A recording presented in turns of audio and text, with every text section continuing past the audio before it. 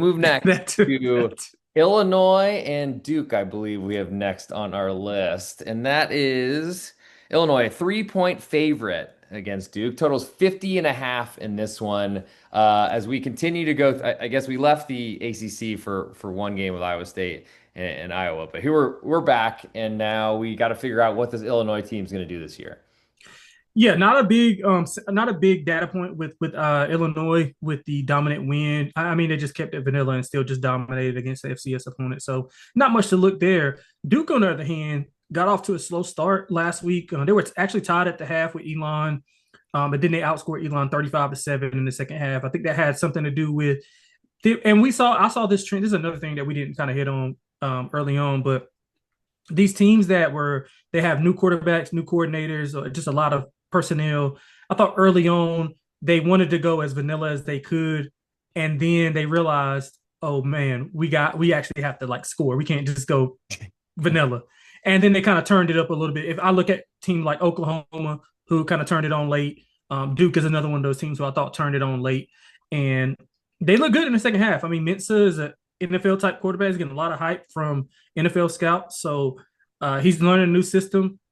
I I like Illinois. I like Duke in the spot though. I like Duke in the spot. So if I can get the three, I'll take that three. I see it. I see it. It's right here right now. Bet online. Yeah, I'll take that. Yeah, I'll take that three. We're getting a home team with an elite defense. Both of these teams are actually kind of similar in playing styles. They both have pretty good quarterbacks, good offensive lines. I think Illinois' offensive line is a lot better, but their receiving core is below average. They want to win with defense, elite secondaries for both parts. But the biggest advantage, there are two advantages that I think Duke has over Illinois. The first one is Luke Altmeyer versus Manny Diaz, part two.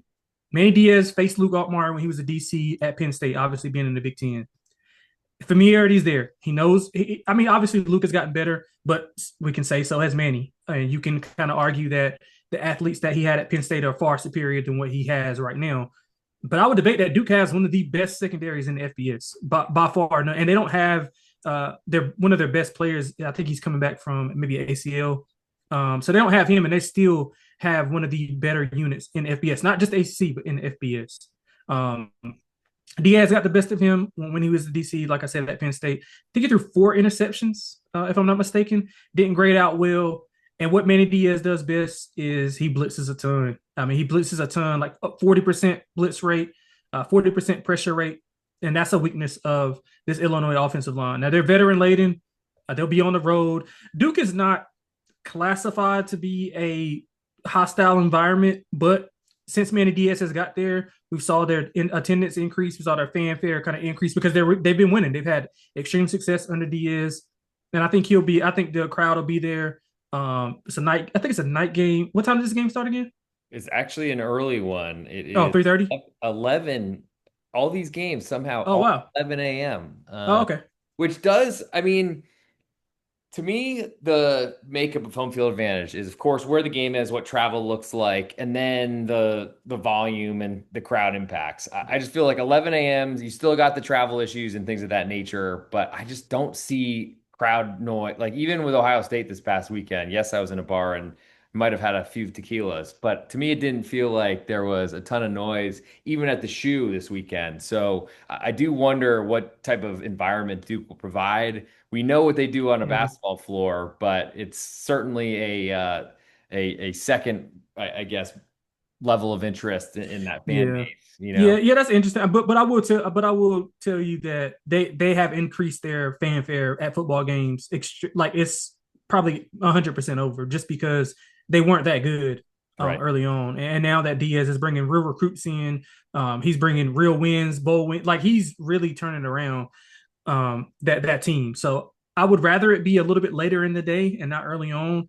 But again, I think the familiarity there. They haven't seen Mensa. I mean, obviously they'll have the scout ready for him, but I do think the Diaz factor, familiarity factor with Luke Altmeyer, and the fact that the Illinois offense struggles with blitzing. And I mean, Illinois doesn't have the receivers. They had two NFL receivers last year. They don't have those anymore. So who's going to get open during those blitz? Who is he going to hit on his hot routes to be able to beat the blitz and do run after catch? And usually the secondary is the strength of of Duke's defense. So they rally to the ball really fast. They don't allow explosive plays. So I think Duke is the side here. I like the +3. I kind of disagree with the money coming in on the over as well. I kind of lean to the under, but Duke is going to be on my card for sure. I really do like the spot for them here at home. They can Manny Diaz can kind of get into them a little bit after that slow start. So I like the +3. I wouldn't be surprised if Duke wins this outright.